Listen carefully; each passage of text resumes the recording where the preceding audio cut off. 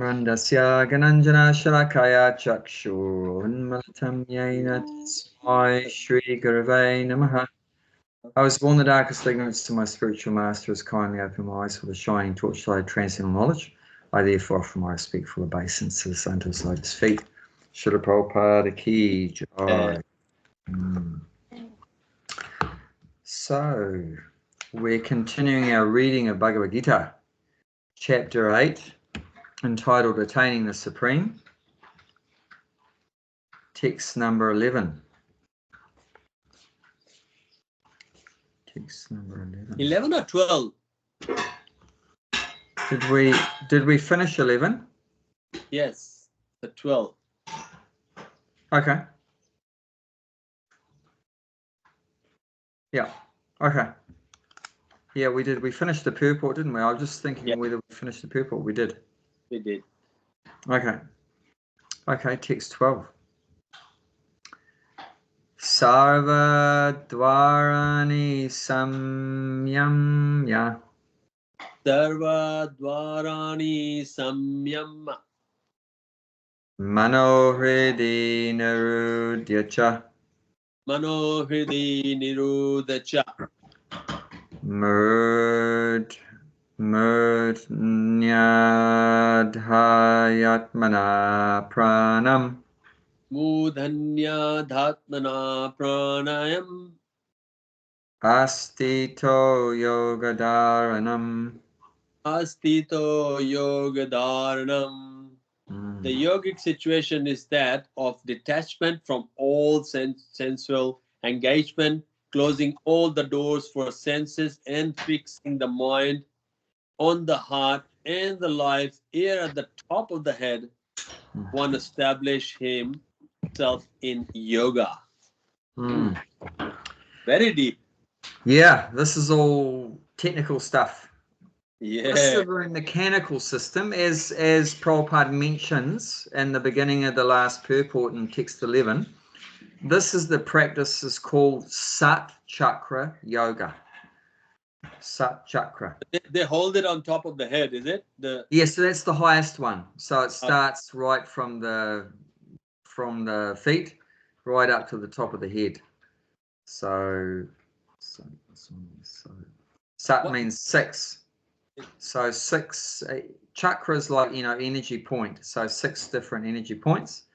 So, and there's a yoga system yoga means connecting with God. So there's particular ways, like we have karma yoga, jnana yoga, astanga yoga, sat chakra yoga. So any kind of yoga, that means to link. So we're linking with who? With the Atma to the Paramatma, the soul to the Supreme Soul. So there's different ways of doing that. The way that Krishna likes is Bhakti Yoga. That's the topmost. What does Krishna want? He wants a loving relationship. He wants a loving relationship. We're his parts and parcels. He's created us to have a loving relationship with him. But unfortunately, we're a bit rebellious, those that are in the material world. And the spiritual world, there's no rebellious ones there. But I mean, if we become rebellious, then we have to leave the spiritual world and come to the material world. And in the material world, every individual soul has different preferences, different likes and dislikes. So some people like to do this kind of yoga, mechanical kind of system, where they're working with the breathing and the nose and the exercises and stand on your head and do all kind of stand on your tippy toes and put your hands in the air and different things. So see, a lot of people in the material world, obviously, we're attached to the body. That's what we're trying to enjoy in the material through the body. So even a yoga system, they want to connect with God using the body, you see. So some people, their preference is to connect with God by using the body. So they'll do this, with the exercises and breathing and so forth like that. And however, this particular yoga system is not recommended in Kali Yuga. This yoga system was best done in Satya Yuga. That's when it was recommended, yeah. Because of this kind of yoga system, you need completely quiet, peaceful situation to do it perfectly. And it takes a long time to become perfect through this yoga system. So in Satya Yuga, they had 100,000 years to get it together. We only have not even 100 years to get it together. It's not long enough like that. So we know Valmiki spent 60,000 years out of his 100,000 to get it together in Satya Yuga. And he did get it together because he got complete realization of Lord Ram's pastimes and everything like that. And he came from not a good background, as you know, a hunter. But by the mercy of his guru, Narada Muni, enlightened him and gave him the process how to perfect himself. But yeah, it took a long time. But we don't have a long time in Kali Yuga. So what's recommended, like the end of this last paragraph, is just chant the Hare Krishna Maha Mantra. That was the end of text 11's purport. Therefore, Lord Chaitanya has announced that in this age, no process of realizing the Supreme is possible except the chanting of the holy names of Lord Krishna. Hare Krishna, Krishna Krishna, Hare Hare, Hare Rama, Rama Rama, Hare Hare. So in this age, Kali Yuga, this is all that's recommended is chant Hare Krishna. But yeah, in previous ages, people used to do these different things. You can still try to do it now in Kali Yuga, but you won't get a good result. It won't be a very good result. I actually met a guy in Christchurch in New Zealand that was doing this kind of yoga system. And he was telling me it's really good and everything's wonderful and everything. And then soon after, I heard that he got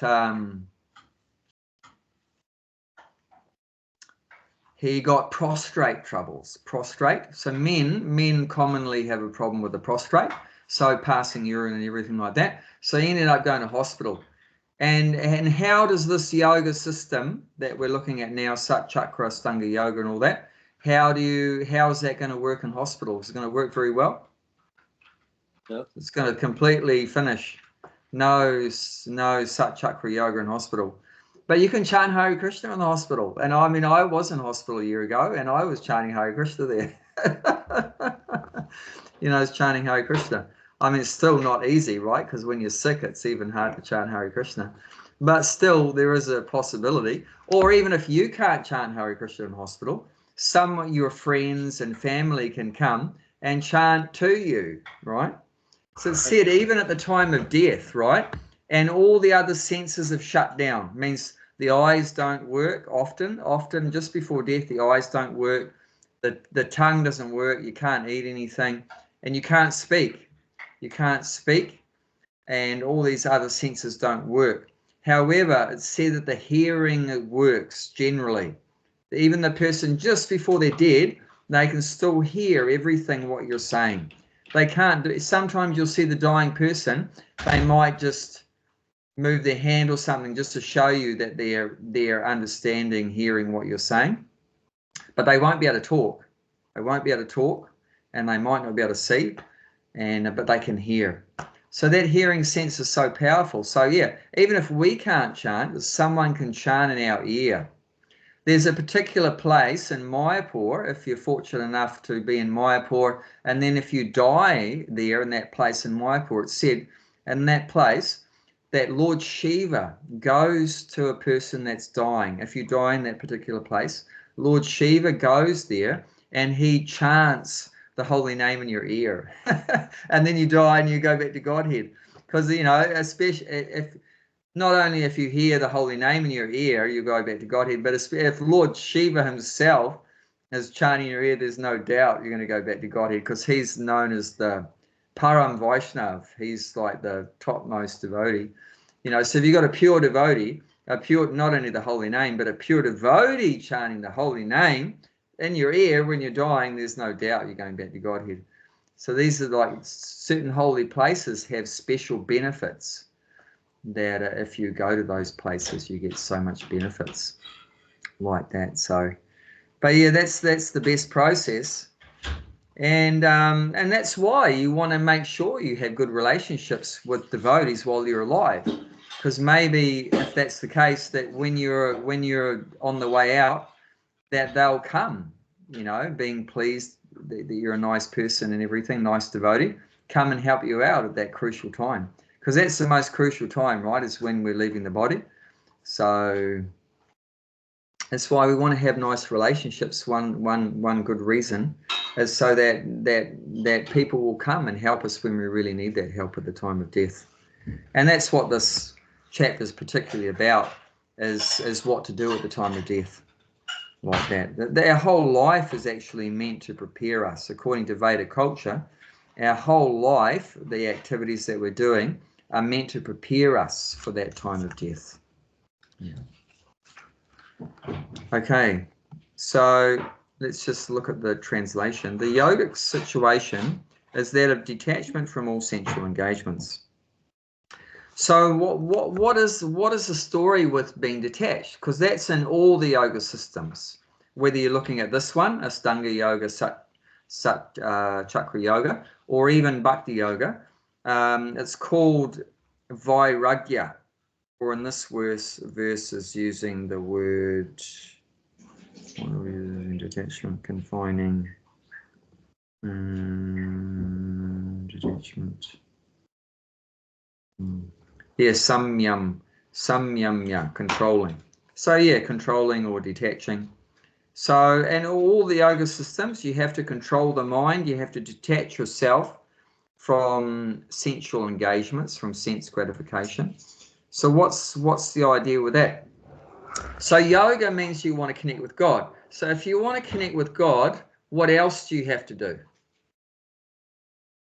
Like if I want to talk with Gulshan, if I want to talk with Deepa, what else do I have to do? I have to stop talking with Jayanti. I can't, can I talk with Jayanti at the same time as talking with you? Jayanti, Gulshan. No, it's not possible. Three of us could be having a common conversation. Yeah, but you have to detach from one, connection to establish another connection. I can't split in different directions and having. I mean, at least men are not good at multitasking. Maybe women are a little bit better, they say, at multitasking. But if you want to become attached to, you want to say something, Gulshan? Woman can hold the child, feed the child, cooking at the same time, and listen to Hare Krishna Maha Mantra as well. They can do many things, and put the clothes in the washing. Yeah, but then the question is, what is the quality of all those multiple things? Is it going to be perfect? Whole jobs are perfect. Believe me. Thank you, Gulshan. It might not. Johnny's saying thank you, Gulshan. But it might not be high quality of all those things. She might burn the food. You cannot talk about the quality to the woman, because it's got to be World War III, and you're not gonna win. It's she'll throw the frying pan, chuck the frying pan at you. Yeah. Just accept it. Yeah. But anyway, if the idea of yoga is, if you want to become attached to God, then you have to let go of that material attachment, because you can't be attached to the material world and the spiritual world at the same time. You're attached to God and you're attached to money. Is that possible? You're attached to God and money, or attached to God and a car, a God and a girlfriend? As long as, if you do have even Mercedes, but as long as you're not attached, there is nothing wrong with that. Or even if you have a push bike and you attach, there is something wrong. Yeah. So the main thing is not what you're utilizing, but if you're attached or not. Yeah. So you can use money, but not being attached to it, and it's not a problem. Have relationships in the world, but not being attached to them. That's the thing. So otherwise, you're going to be thinking about those things that you're attached to in the material world, right? So when you die, if you're attached to the money, what's going to happen? If you're attached to your house, what's going to happen? Your car, your boyfriend, girlfriend, the kids, the parents, blah, blah, blah, the cat, the dog. We know what happened to, who was it? Bharat Maharaj, right? He was a high-level devotee. He achieved Bhava Bhakti. That's just before prema, complete love of God, is Bhava. So he was on the Bhava stage. What does that mean? When he chants Hare Krishna, tears come out of his eyes. Bhava means ecstasy. So his voice would choke up, hair stand on end, everything. So very high level. However, he was in the forest, right, doing this kind of thing, you know, all alone in the forest, what this yoga system recommends. And he went to get some water, and there was a mother deer and the baby deer. Well, actually, it was pregnant deer. And then a tiger or lion came there, and it got so frightened, and it jumped across the water, the mother deer. And that exertion caused the baby deer to pop out. So it gave birth at that time. But because the mother got so frightened and big exertion, the mother died. So there was just this baby deer. So, and obviously if left alone, it's probably going to die, right? So he felt compassion, as devotees have a soft heart. So he felt compassion for this. So he looked after it and you know, gave it an upbringing. But what happened is, as time went on, he got attached to the deer. And then one day the deer disappeared, and he was in so much anxiety. You know, where's the deer? Where's the deer? And he fell in a abandoned well, like a dry well, no water in the well. It was dried well, covered by grass. And he fell in that and he died. But as he died, what was he thinking of?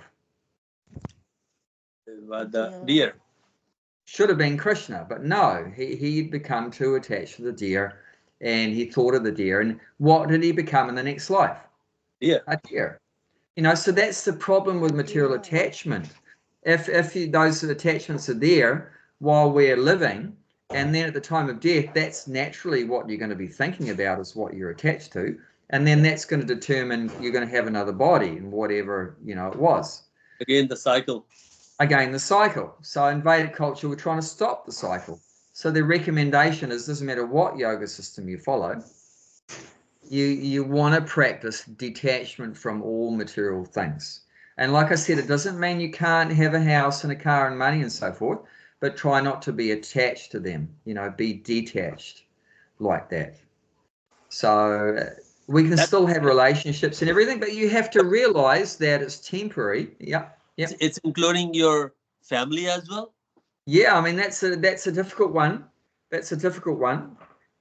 See, what it is people have an idea that, like, for example, they think also Hare Krishnas are very callous, very hard-hearted. But that's not true. You can be detached from things or people and yet still have love for them. Does that seem contradictory? Actually, once you love means you attach. Not necessarily. Not necessarily. You attach. How can you? Yeah, not necessarily. Because you love everything, because everything has a relationship with Krishna, right? You love Krishna, and everything has a relationship with Krishna. So then that means you love everything, right? But at the same time, you know that everything in this world is temporary. Is there even a single thing you can hold on to in the material world? Yeah. So what does that mean? You have to be prepared to let go. That's the test. So you love your wife, your husband, your kids, your parents, your everything, right? And this is all Krishna's energy, the house and the car and the money and everything. But at a certain point, you have to let go of all those things, including we love the body too, right? We love this body. It's Krishna's energy. Krishna's given us this body to use, and it's very useful and everything. But we have to be detached from the body also, because one day we have to leave this body. Yeah, isn't it? One day I have to leave the body. So you have love, but also a detachment, realizing that it's temporary. And the ultimate, the central point of the love should be Krishna. We love everything, but what's that? Temporary love.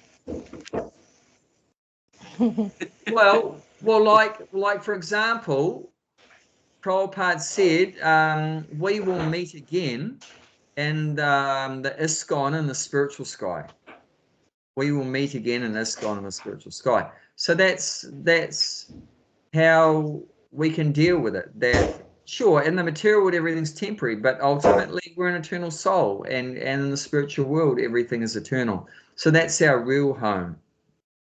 And but as long as we're in the material world, we have to realize that everything in the material world is temporary, and ultimately ends up in suffering. So that we should be detached from that. And the thing is that if you do become attached to anything in the material world, that will be a cause of suffering. Yeah. Let's look at one verse about that. In the 5th chapter, it's around text 22. 5th chapter, around 22.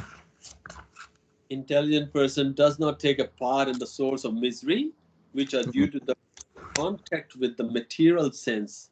O son of Kunti, such pleasures have beginning and an end.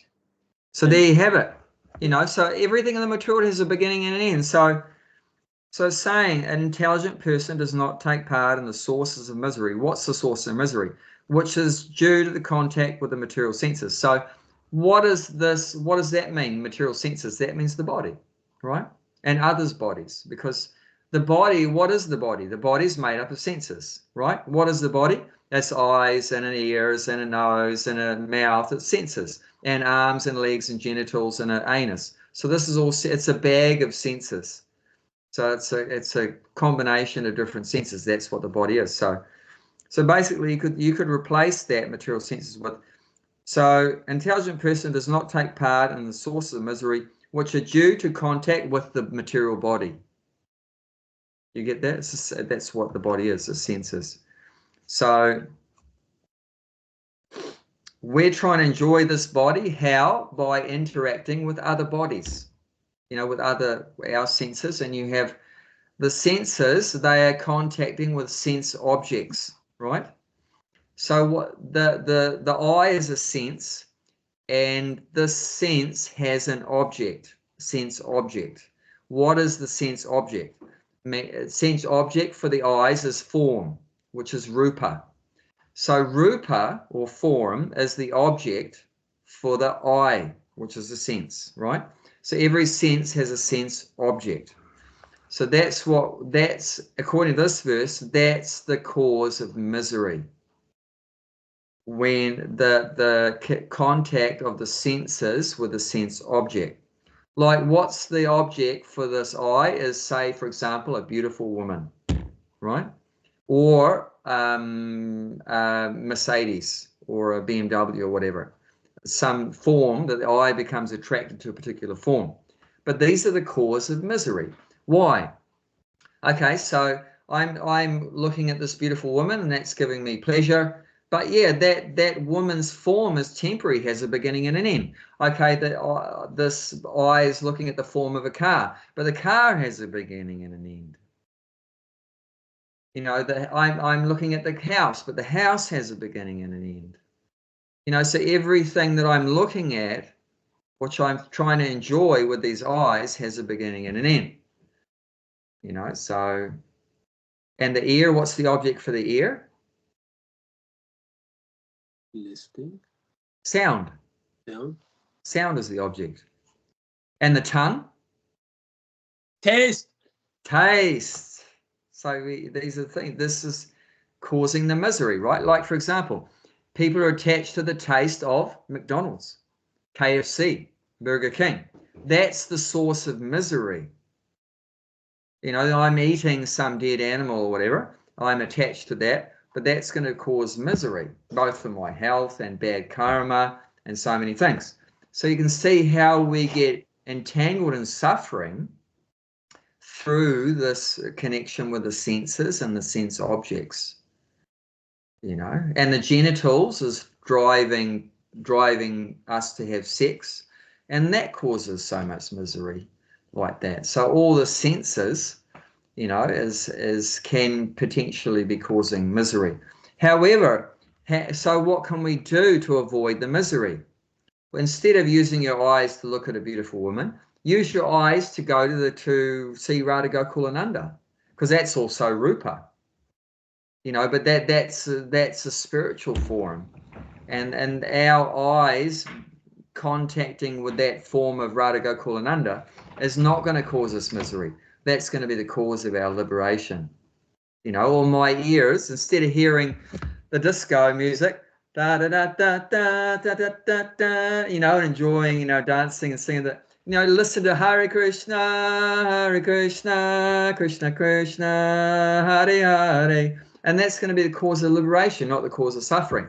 Instead of tasting McDonald's, you taste prasad, and then instead of causing suffering, that's going to cause you liberation, like that. So you go through one by one, and even the genitals, right?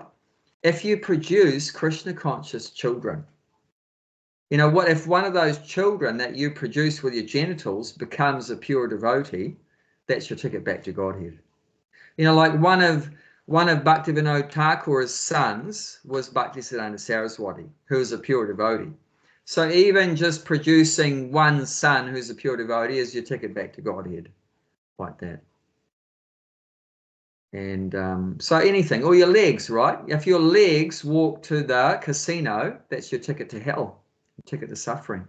If your leg, same leg, walks to the temple or walks to the Bhakti tree to see Jagannath, then that's your ticket to liberation. You know, so same senses, but what do? Are you just using your senses for sense gratification, which means with the sense objects, or are you using it for Krishna's pleasure? So that's the thing, you know, that's the thing.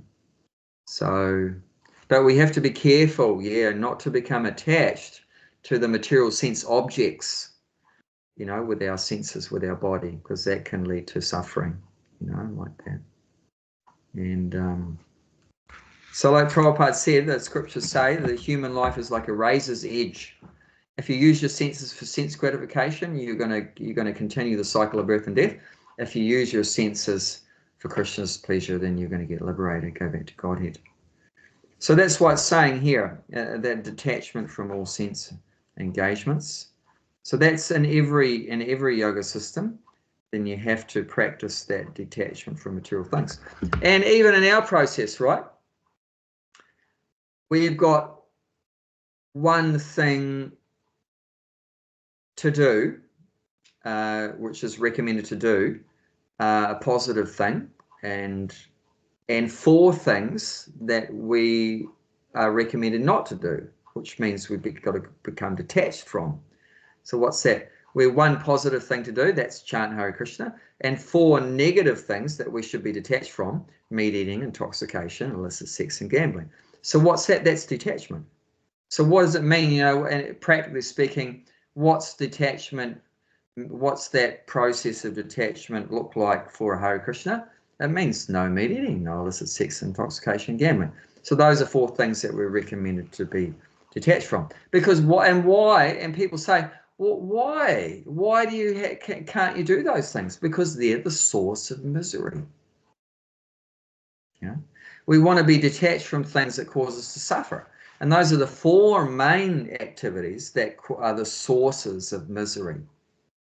You know, the cause of misery.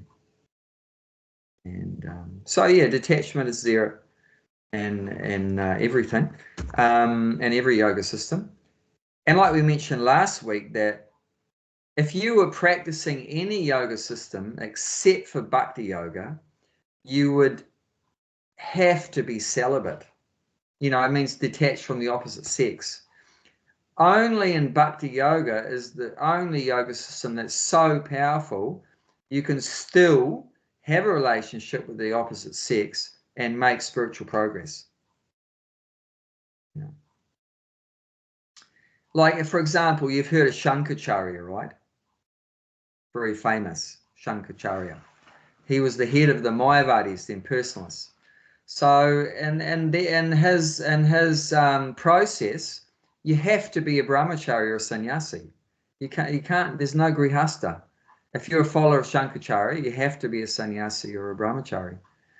You know, so like that, you've got no hope if you have a family. But and in this other Sat Chakra Yoga also, it's mentioned in the previous verse.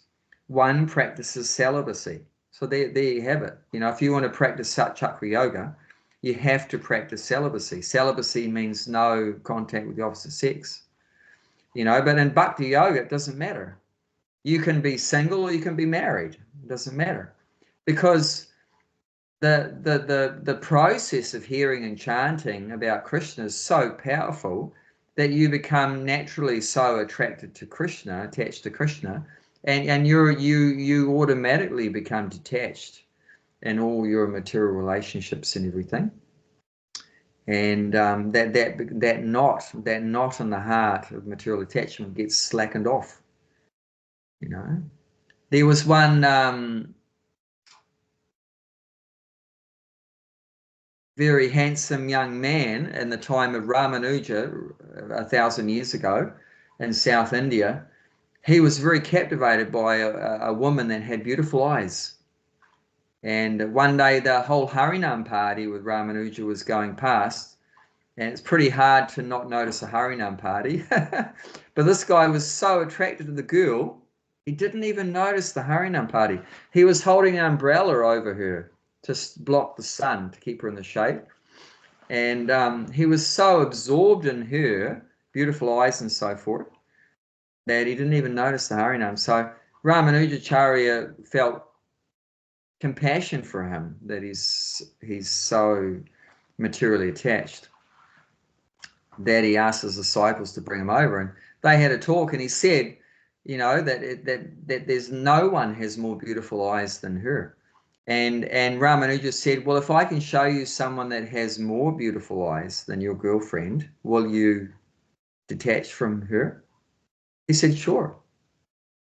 And so he took the guy, Ramanuja took him into the Sri Rangam temple to see Ranganath, who was a gigantic Vishnu form lying down, very beautiful. And that Vishnu form is extraordinary. It was actually established by Lord Brahma. So the first person in the universe. So it's a very old deity. You can't even trace back when the deity comes from. But beautiful deity. It's so big you can't see the whole deity from one place. It's like, I think, more than 20 feet long. Wow, that's huge deity. And lying down Vishnu on the bed of an Antasesh, big serpent bed and everything like that. So Ramanuja asked the Pujari to shine the diya, the lamp, in front of the deity's face, because in that time there's no electricity, right? So the only time you can see the deity is during the arti time, when they put the lamp in front. So he put the lamp there, and then as soon as this guy saw the eyes of the deity, he became completely captivated. Such beautiful eyes of the Lord Vishnu. And then the interesting thing is, he still kept that relationship with the woman, but without attachment. So what happened was, instead of them becoming attached to each other, which is what was happening before, both of them became attached to Vishnu and Ramanuja. So they become very dedicated servants of Ramanuja and Ranganath. But the interesting thing is, they still stay together as husband and wife, but without too much attachment. But all the attachment was directed towards Vishnu and serving the spiritual master. And he proved how detached they were from all their materialistic life, because some of the brahmacharis, who are all celibate, obviously, they became proud that they are, you know, celibate monks and everything. So one time he wanted to show, you know, and also means if you become proud, the danger of becoming proud is you can become abusive to others and try to push other people down if you become proud, which is really bad, you know. So he detected that, so he wanted to teach them a lesson. So Ramanujacharya, he went into the brahmachari's room one night, late at night, when they were all sleeping, and he swapped around all their clothes. And they put one brahmachari's kopans, he put them at another brahmachari's bed and so forth like that. So in the morning when they got up to look for their kopans and stuff, they couldn't find it. And they started fighting. Hey, you took my kopans, my underwear. What's going on? You know, started getting angry and stuff like that. So, and then after that, he said, oh, I want you to go to this Grihasta's house and we'll just show you, go and see what they're like, you know. And they had the idea that they're going to see that they're just all lusty and the sense gratification and everything like that. So that's what they were thinking. So his Ramanuja's plan was, okay, some of you go in the room and hide behind the curtains and when they've gone to sleep, and one of you will go and call them and say that that Ramanujacharya, the guru, wants to see the husband. So when the husband's called away, then you go in and take the jewelry off the wife, because you know how in Indian culture, right, the woman wears so much jewelry everywhere, earrings and bangles and necklaces and everything, all gold and jewels and stuff. So said, you take the jewelry off her and then you go and hide again. And then when the husband comes back in the room, just see what happens. Right, let's see what happens. So that's what they did. So the husband was called away. The wife was lying on her side. So they took one earring and one bangle and like that. And then she moved and they thought, oh no, she's waking up. So they hid again behind the curtain. And then shortly after, the man comes back home, the husband comes back home. And he notices the wife is a bit odd looking. She only has one earring and one bangle and everything. So he asked her, what happened? What's going on? You look a bit funny. And she said what happened. That the brahmachari disciples came and took one earring and one bangle. And then she said, I turned over so they could get the other side. They could get the jewelry on the other side. But they got scared and went away. And he got upset. You are such a bad woman. You're only giving the brahmacharis half of our possessions, not the full amount. And the brahmacharis were listening.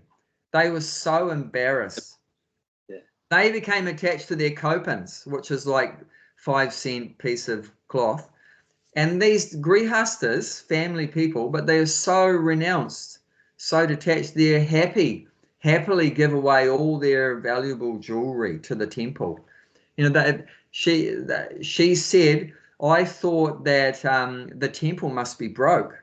So the brahmacharis have come to get something to pay for the debt of the temple or whatever. So that was their level of detachment from their possessions. Oh, if the temple needs something, we'll just give it. Just give it to the devotees, give it to the temple like that. And they were so embarrassed, so that cut down their pride like that. But it just shows you the power of bhakti. It doesn't, even if you're a family person, you can still become, you know, fully advanced in Krishna consciousness. But only in bhakti yoga is that possible. Otherwise, all these other yoga systems, yeah, pretty much have to not associate with the opposite sex like that. Because as we know, that attraction with the opposite sex is the most powerful attraction to the material world. Because that's can be, you know, the highest kind of enjoyment. The highest kind of enjoyment is through that connection with the male and the female. And but bhakti yoga is so powerful that you get so much enjoyment from bhakti rasa, from your relationship with Krishna, that all other enjoyments become very less. And I think we looked at that last week, Gulshan, about the higher taste verse. Yeah, the poem Drisva. Tongue. Gets yeah. But like mine's our tongue.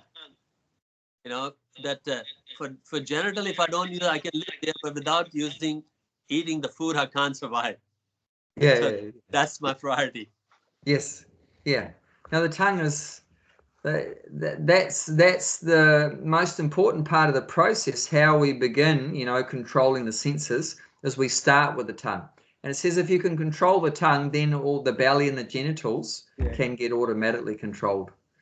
And it said that Prabhupada explains these three senses are in a straight line, if you think about it like that, in a straight line. So tongue, and below that is belly, and below that is genital. So if you can control that top, then then, because if you eat too much and the wrong kind of foods, then that fills up the belly, and the belly too full, then it puts pressure on the genitals, and then the sex desire will increase. But by Krishna's mercy, he's giving us the prasadam just to help us control the tongue. And the other thing we use the tongue for, obviously, is to chant Hare Krishna. So those two things, if we do with the tongue, chant Hare Krishna and take prasadam. Yep. Deepa, did you say something? I said it's speech as well as taste, the tongue. Yeah, so speech. So, we should speak God's names, or talking about, like we're talking about Bhagavad Gita, God's words, something related like that. So if we should use our speech for constructive things, spiritual talks and everything. What's very destructive if we use our tongue to talk all materialistic things too much, which is called in Sanskrit prajalpa or gramya katha. Gramya katha means like village talk, and prajalpa means, just talking nonsense. Like we have it on record, Prabhupada saying one time, don't talk nonsense, chant Hare Krishna. So that's recorded on the tape. Don't talk nonsense, chant Hare Krishna. So that's very destructive, prajalpa, or gramya katha, just talking all materialistic things. Of course, when you're doing your job or whatever, you have to talk with materialistic people and everything. Like I'm talking with a builder about building stuff, like that. But that's also in relation with Krishna. Because why are we building the cabin? So we can have people come here and do programs and do retreats and come and chant Hare Krishna. But people are not going to come here to chant Hare Krishna if they don't have a place to stay. So you have relationships, and you go to the petrol station, you got to talk with them. You go to the supermarket, you talk with them. But still, you got to have the ultimate goal is to please Krishna, and then it's okay, And as much as possible, like it was fascinating actually. This builder, he knows where Hare Krishna is and everything. He said, why are you not chanting Hare Krishna? At the building site. So it's nice, the builder is asking me, why are you not chanting Hare Krishna? Like that. So that's pretty amazing, because actually we first met him when we first came here and we were renovating the house. We were renovating this house. And in the house, we have electricity. So we would have, Hare Krishna bhajans and kirtans going on, right? So when he first came to know us, he would be hearing the bhajans and kirtans going in the house.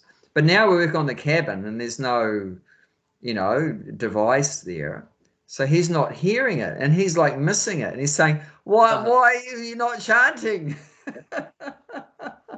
And he loves prasadam. It's amazing. Loves prasadam. So we end up talking. And I said I am chanting, because I often, like, I'm walking around during the day working, and I'm going,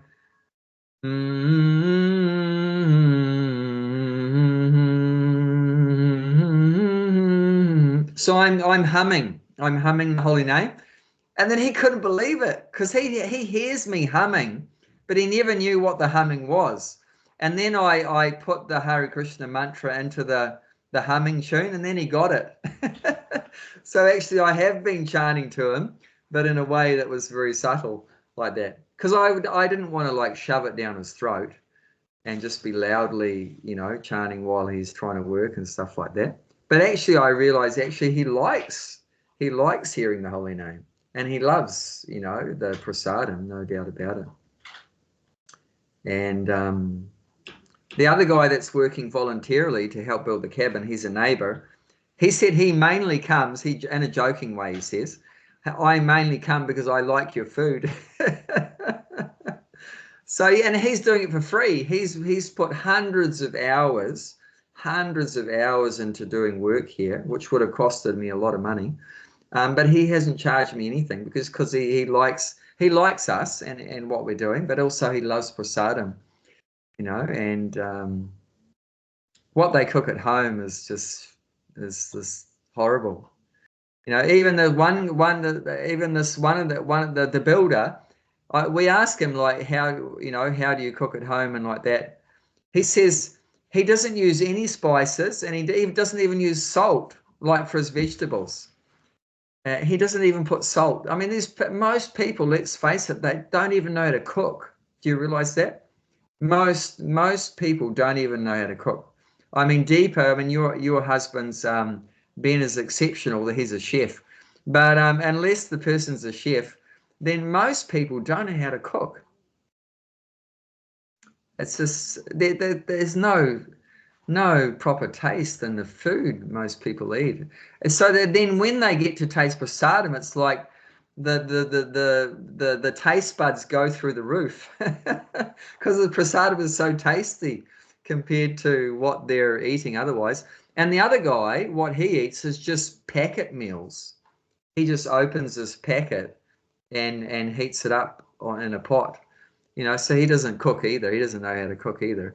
So, I mean, their food is so bland. So prasadam is such an amazing way to attract people to Krishna consciousness, give them the higher taste, you know. So it's such a great service. And that's one of our main focuses here, is to grow the food ourselves and then turn that freshly grown organic food into prasadam.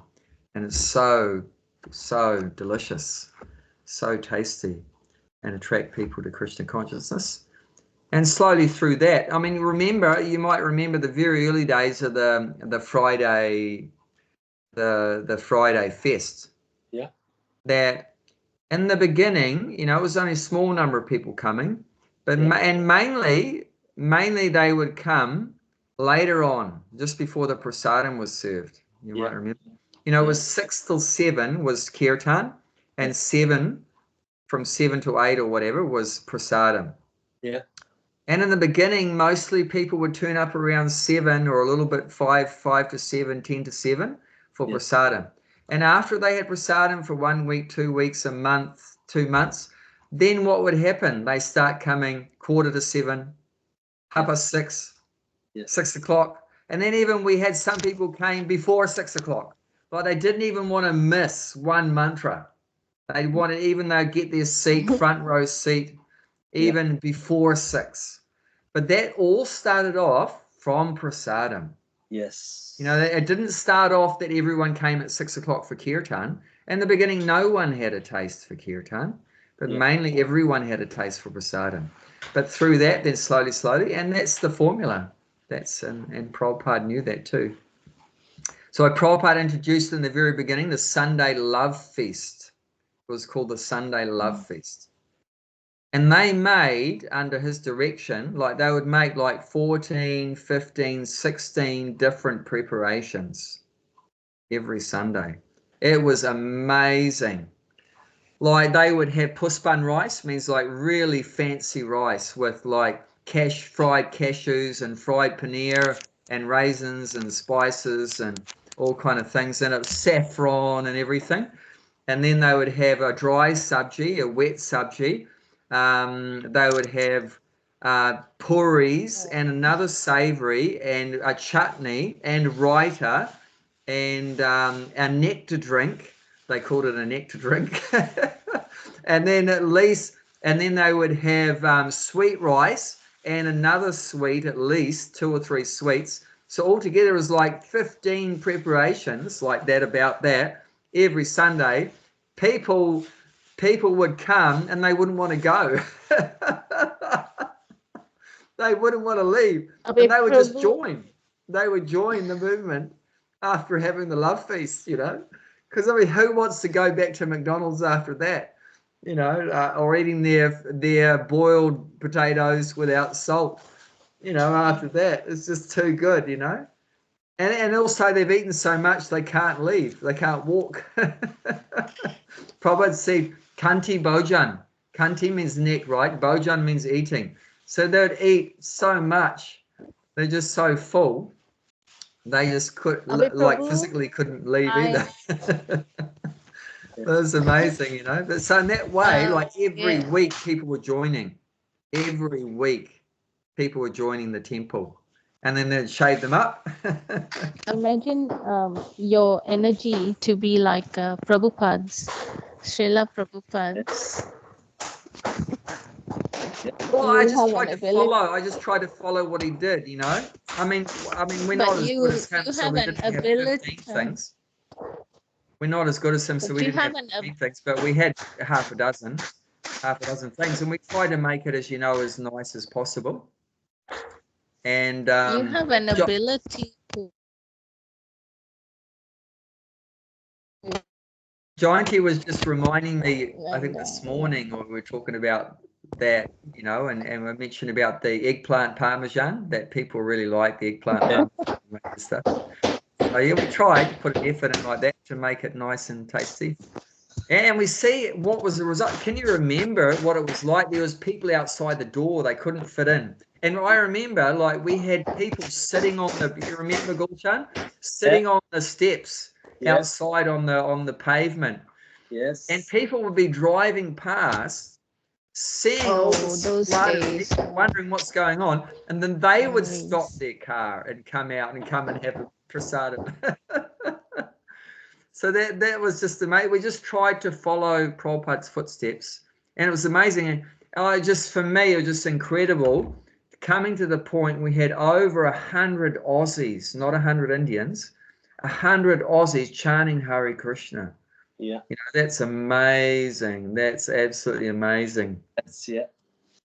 That's incredible. You know, 100 Aussies chanting Hare Krishna on a Friday night in Australia.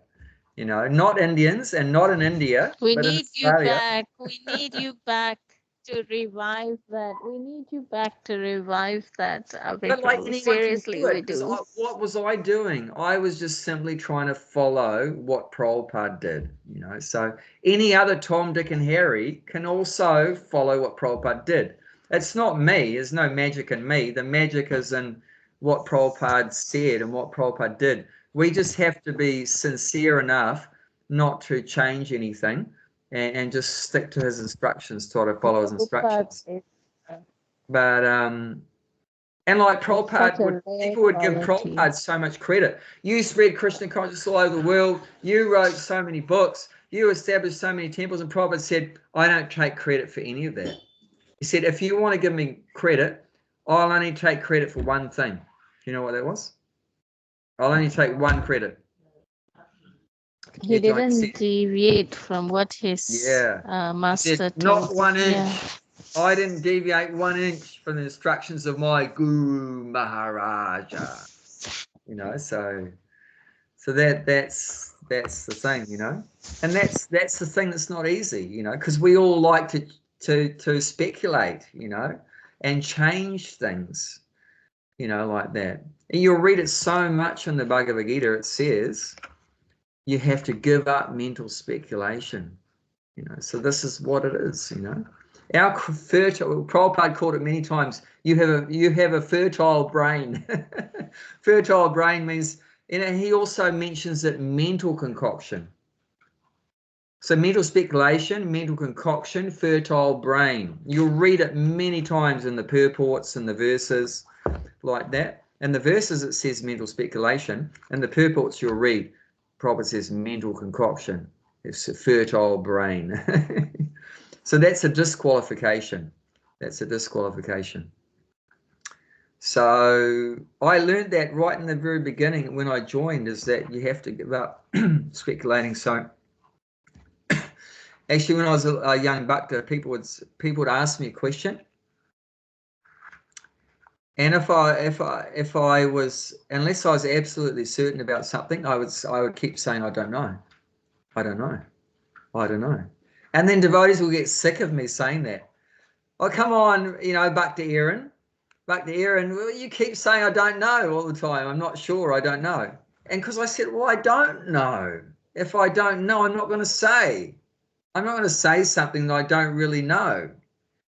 But see, we do that all the time in our ordinary life. We say so much stuff. We don't really know what we're talking about. You know, what we say, the 4 defects of a conditioned soul, right?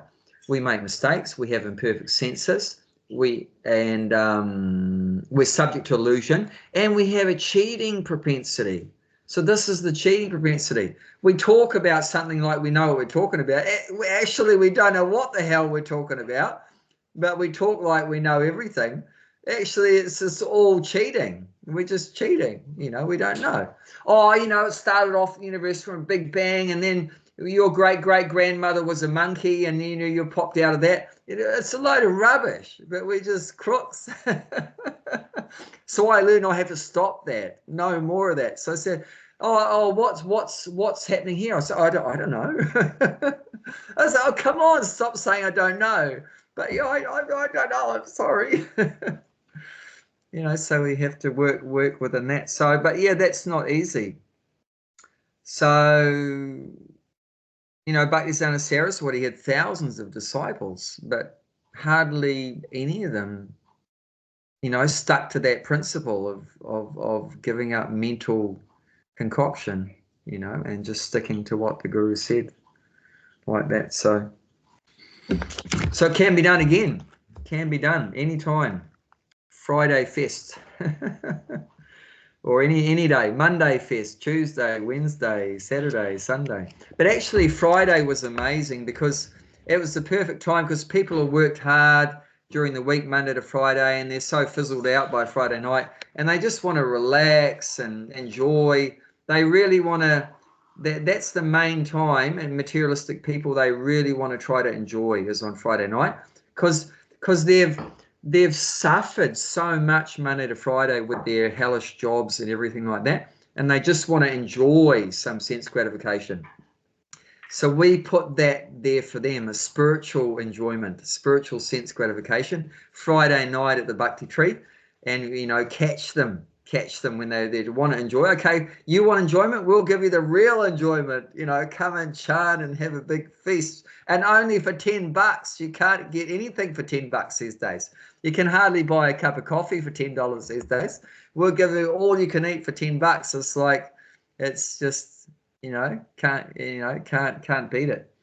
You know, so it just worked out amazing. It's Krishna's inspired us, you know, to do that on a Friday night, and everything, like, just everything fell into place, and, you know, and, you know, yeah, it was just amazing. Miracle. When you come to Krishna consciousness, you'll see so many miracles, because you're dealing with God. You're dealing with God. You know, but sometimes Prabhupada would ask the disciples to do some incredibly difficult task, and the disciple would say, oh, that's impossible, Prabhupada. And Prabhupada said, there's no such word as impossible. It's not in our dictionary, because, you know, you're working with God. He can do anything. He can do anything at all. Didn't he say it's a word in a fool's dictionary? Yeah, Jayanti said, Prabhupada had said that impossible is a word in a fool's dictionary. Because, yeah, we are offering ourselves. Once you become a devotee, you're offering yourself to be an instrument in the hands of God. You know, so he can do anything through you. He can do anything. He can do anything through you. Amazing things can happen. Exciting. Exciting. Hey, let's read the purport. Not many. Oh, let's. I just want to talk a little bit more about the translation. Closing all the doors of the senses and fixing the mind on the heart and the life here at the top of the head, one establishes himself in yoga. So what the hell does that mean? Closing all the doors of the senses. Can you see any doors in your body? Is there a door in there? Is there a door up your nose? But actually, these senses, there's 9 holes in the body, right? There's 9 holes. So they're like windows or doors, you could say, right? Because there's a hole, right? Because where do you put a door? You put it in a hole, right? You understand that? You have holes in the house, and what do you put in the holes? You put a door or a window. So you could say these senses are like doors or windows. So that what it's saying, the yogi closes them. Why is that? Because they want the soul to come out through this one. There's actually a very soft part of the skull there, which is only a little bit of skin, not much bone, where it's called Brahmarandra. That's the Brahmarandra. That's what that chakra point's called. So their idea, because the soul's here, right, in the heart, right? So by controlling the ear, by doing their pranayama and everything, by moving the ear, there's different ear circulation. There's one ear that goes up, there's one ear that goes down, there's one ear that goes anti-clockwise, one goes clockwise. So there's different pranas. I think I wrote it down somewhere. I think there's about 8 different ones, 7 different ones or something. Like when you go for a poo, right? That's the ear that goes down, is push that poo out. If you didn't have that downward ear, you'd be completely blocked up.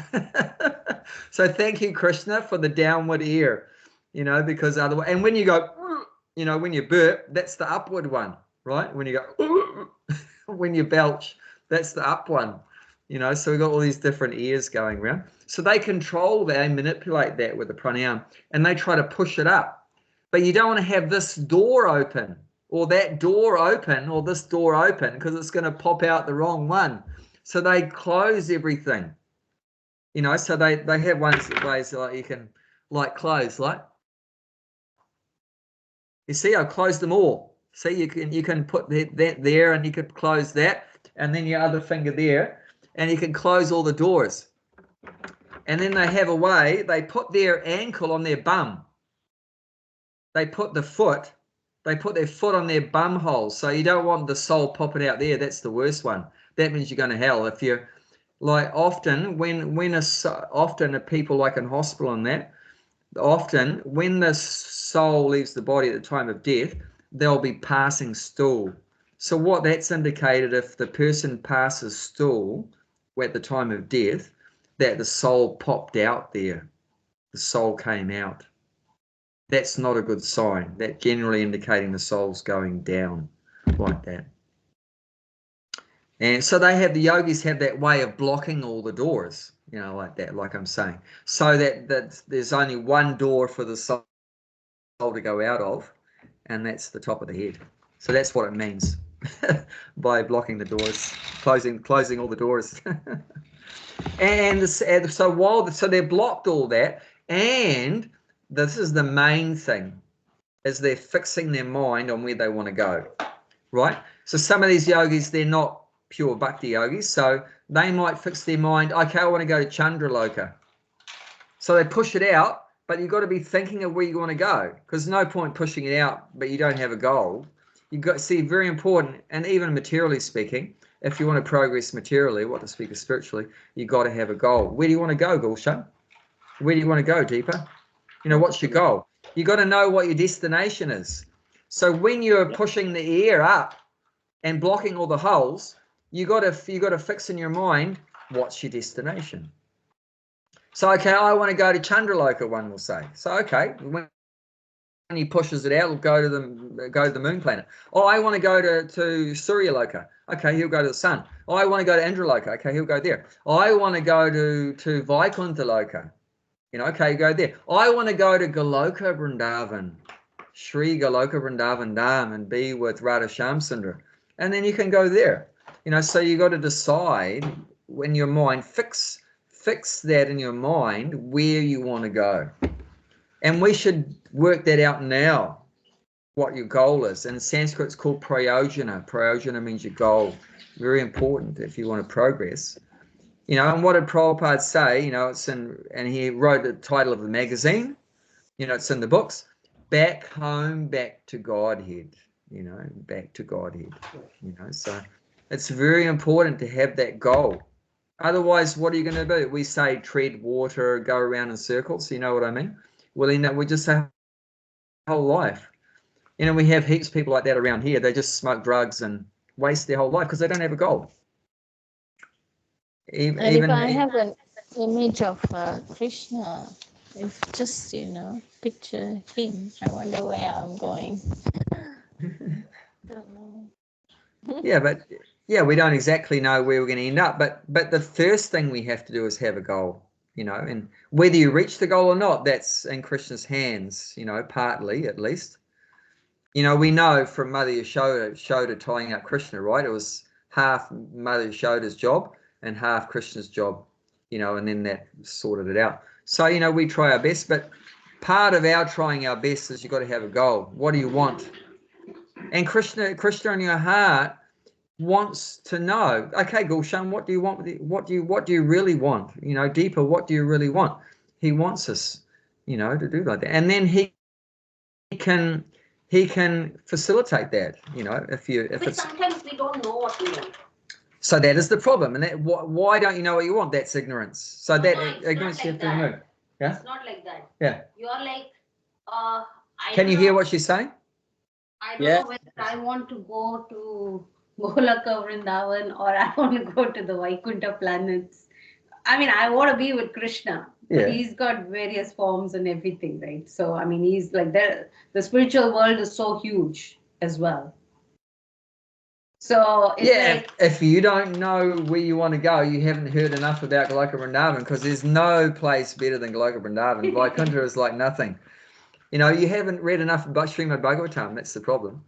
Goloka Vrindavan is like, you can't compare how much better Goloka Vrindavan is to Vaikuntha Dham. Can you say like that? Krishna put me where you think I deserve. That's yeah, it.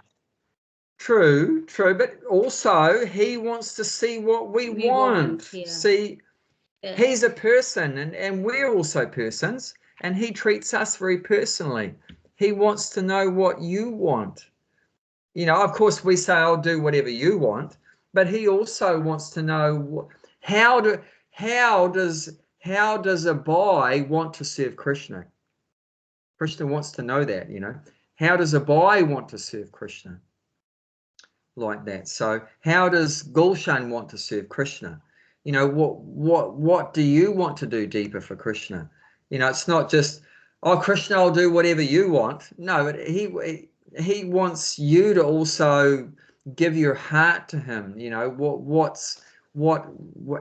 do you really enjoy doing for Krishna? Because Krishna doesn't want you to do a job for him that you hate doing. Oh, I really hate washing your pots, Krishna, but if you want me to wash your pots, I'll do it. No, he wants you to do what you love doing for him. Yeah, but this is like that conversation you were telling me, oh, how you don't like to cook. You know, but then there are different services, and he is telling me that yesterday only he is telling me. Yeah, but then how do you get to that point of loving to do? That starts off by doing your duty. Doing your duty, you know. You just keep repeating it again and again out of duty, and eventually you will love to do it. Like one devotee said that, well, he wasn't even a devotee. He was just a bhakta. He became a devotee named Gargamuni, but before he became a devotee, he just turned up and went to a class. And he put a question, hands up at the end of a class. Oh, Swamiji, I see all the devotees are bowing, all these people are bowing down to you at the end of the class, but I feel it's like unnatural, you know, because I don't have a feeling to bow down to you. I think it's artificial to bow down to you if I don't have a real feeling to bow down to you. I think I should wait till the feeling to come and then bow down. What do you think? Is that right? Prabhupada said, no, that's wrong. He said, you should bow down to me. And then by bowing down, then gradually the feeling will come to bow down. But don't wait for the feeling to come. The feeling will never come. You know, you have to bow down as a matter of duty. And he gave a beautiful example, like Indian system, arranged marriages, right? In the beginning of the boy and the girl, you know, the girl might only be like 11 years old, and the boy is 16 years old, and arranged marriage, right? And of course, they don't live together until they reach puberty or whatever, but the marriage is there. And then, but from the beginning, you know, the girl will be, you know, serving and cooking lunch and everything like that. And then later on they live together, and you know, he's doing his duties, making money and providing, you know, saris and bangles and everything, kids and everything. Yeah, see, this is where the system breaks down. Hang on. Let me finish that, and then you can say your bit. And so it starts off, there's no love, right? Because how can there be any love? They weren't even... They hadn't even reached puberty when they got married. So there's no question of love. There's not even a sex desire, right? If you're 11 years old, there's no sex desire. So there was no attraction like that, on that love or lust or whatever. So, but it was just duty. Okay. So, but then the love develops. How do we know that? Because then in due course of time, they're going to die, and usually one person dies first. If it's the, you know, like if the husband dies before the woman, then they would be burning his body and she would be jumping in the fire. So what's that? That's love, you know, so attached. Talking about attachment. They couldn't even stop her. They couldn't even stop her from going in. Of course, later on, that the man didn't jump into the fire if the woman was being burned. Yeah, there's the reasons for that. And then later on, of course, as Kali Yuga came in, they don't do their duties anymore. The man doesn't do his duty, the wife doesn't do his duty. So therefore, later on, when they're burning one, the other one doesn't want to go. Then they try to throw them in, right? And then that's wrong. So then the British stopped that one because that's obviously, you know, wrong. But it just shows you how in the beginning there's just duty. You keep doing it. Gradually, you become, you know, develop love and everything. Like you are saying, duty and all, and that they're cooking or whatever, cleaning, everything. But they don't. But they don't have added task of going to office or doing office work or doing accounts and scratching your head, and you know, I mean, it's frustrating, isn't it? Don't you guys agree? I mean, see, so then every day you have to cook also 100 different things, and then not 100 things, 2 things, it 3 feels things. like things. It feels like 100 anyway. No, I mean, it's true. The situation now for the woman is not the same. You know, in those days, Correct. the woman was not thinking about, about my finances or anything. I mean, she was a controller of the house. Whatever money would come in, she had absolute control over everything. However, it was not that she had to worry about, I have to create, you know, a report or whatever. You know, now that we have this charity, we have to do all those things. But I'm just saying in terms of, or else she doesn't have to pay her tax and, you know, do all that kind of stuff. Isn't it? Deepa's laughing there.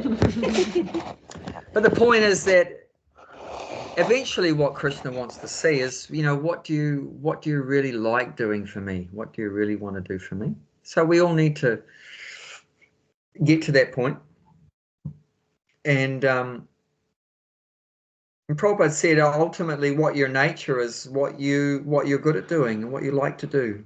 So we all need to find out what that is, what our nature is, what we like to do and what we're good at doing, and do it for Krishna. Because I mean, you can do what you like to do and good at doing, do it for yourself, you know, but also if you find that, you know, and do it for Krishna, then that's perfect, you know, and you have that goal. And like, but like once you have that knowledge about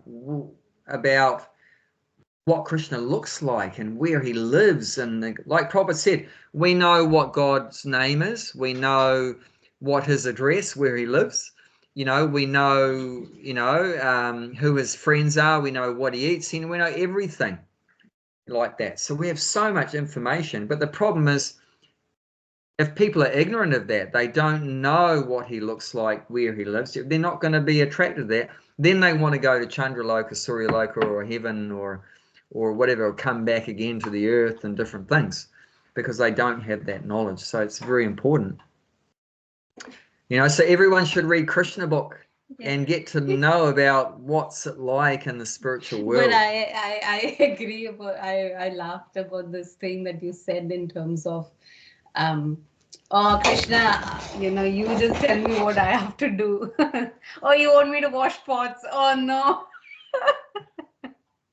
Isn't it? That's funny. Anyway, you want me to do it, so I'll do it. But actually, I don't like washing pots. That's funny. Yeah, because we're all individuals. I mean, even back in the spiritual world, do you think all the devotees are the same? No, they're not. Like there's one devotee, and this one of Krishna's boyfriends, right? He's a Sakha. He has got Sakya Ras with Krishna. His name's Madhu Mangala. Madhu Mangala, right? He loves eating besan laddus. He can eat millions of them, like literally millions of them. He loves laddus. But oh, the battery is dying. Hey, John, can you get the cord? Well, I might have to leave you soon. Time's up anyway, but yeah, the battery might die any second. But yeah, he loves eating laddus. But some other guy, he doesn't love eating laddus. But that's even in the spiritual world. So it's not just a matter of material conditioning. Because when you go back to the spiritual world, there's no material conditioning there. Right? There's no Maya. There's no Sattvagun, Rajagun, Tamagun or anything. But you have your individuality. And why did Krishna make some soul like Madhumangala that loves eating laddus? Why would Krishna do that? And some other guy likes something else. Some guy's really good at singing. Another guy's really good at cooking. Some girl's good at dancing.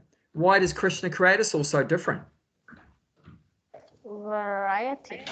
Yeah, but variety, and he's enjoying that variety. He's enjoying. Yeah, can you please plug it in? Yeah. Krishna's enjoying that. If we're all the same, we all like laddus, that's pretty boring. You know, so, you know, it's like, I love sweets, but Jayanti doesn't like sweets. She likes eating salty food, you know, but that makes life interesting, that there's all these differences there. I think the person who doesn't like sweet, there's something wrong in them. What? What's he saying? Everybody loves sweets. Oh, Gulshan's saying there's something wrong if you don't like sweets. But Yes. actually, she does like most of my sweets. Sometimes I look in the fridge and says, "Hey, where's all the sweets gone?" And she ate them. Yeah. But she's a bit selective, yeah. But yeah, that's what just the point, that you've got to fix in your mind where you want to go. That's very important. Even materially, even they've understood that. You know, highly successful materialistic people. Even would if you get out of the door, you know where you're going. That's why you're getting out of the door. Isn't of course. it? Yeah. Just get Otherwise, you wouldn't get out of bed. Yeah.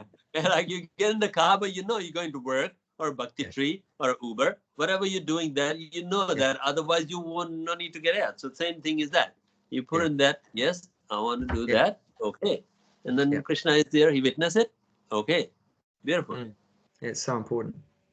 But I mean, even Prabhupada, one time Prabhupada got really upset that in a class, most of the devotees in the class were sleeping, right? No, you know, the Prabhupada's talking and everyone's sleeping. I can't believe that. And then he stopped the class because he realized hardly anyone's awake. And he like shouted, "Why are you all sleeping?" And then they all go, you know, trying to think up excuses. Prabhupada, you know, devotees don't sleep it's very much. We don't get much sleep. You know, only sleep 6 hours a day. Prabhupada didn't accept that. Prabhupada said, I only sleep 3 hours a day. You know, so he said they gave so many excuses. You know, we got so much work and everything like that. Like Jayanti said, we got so much workloads and that we're tired and everything. Prabhupada said, no. Prabhupada gave the answer himself. He said, the reason why you're sleeping is because you don't have a goal. But I think it could be the you don't have anything fixed in your mind. If it's fixed in your mind, I'll tell you what, a perfect example, right? Parikshit Maharaj, when he was cursed to die in 7 days, he didn't sleep for 7 days. He didn't eat for 7 days because he had that goal. He had that goal. Yeah. Look, I'm going to be dead in 7 days. I have to get ready to die, and I want to go back to Godhead. I don't want to come back. So he had that fixed in his mind. So that was an intensely powerful goal. So we all need that. You are dying in 7 days, you will understand Gita more than anyone else. Of course, yeah. You take it very seriously. So that having that goal will help us to become more serious about our practice and everything. Otherwise, you can't get out of bed. I mean, like, I find Prabhupada was such a genius to create the morning program because that conch shell goes at 4:30. So that's a goal that you have to do whatever it takes. You have to get your foot through the door by 4:30 when that conch shell goes.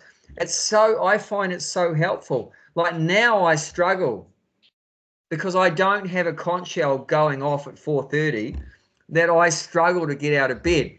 It's harder, but it's brilliant to have those things. You can blow it yourself. Jyoti can blow for you. If she blew it, that would be good, but she won't get out of bed by that time. So we don't have anyone to blow the conch shell at 4:30. You can hire someone to just employ. You can hire someone.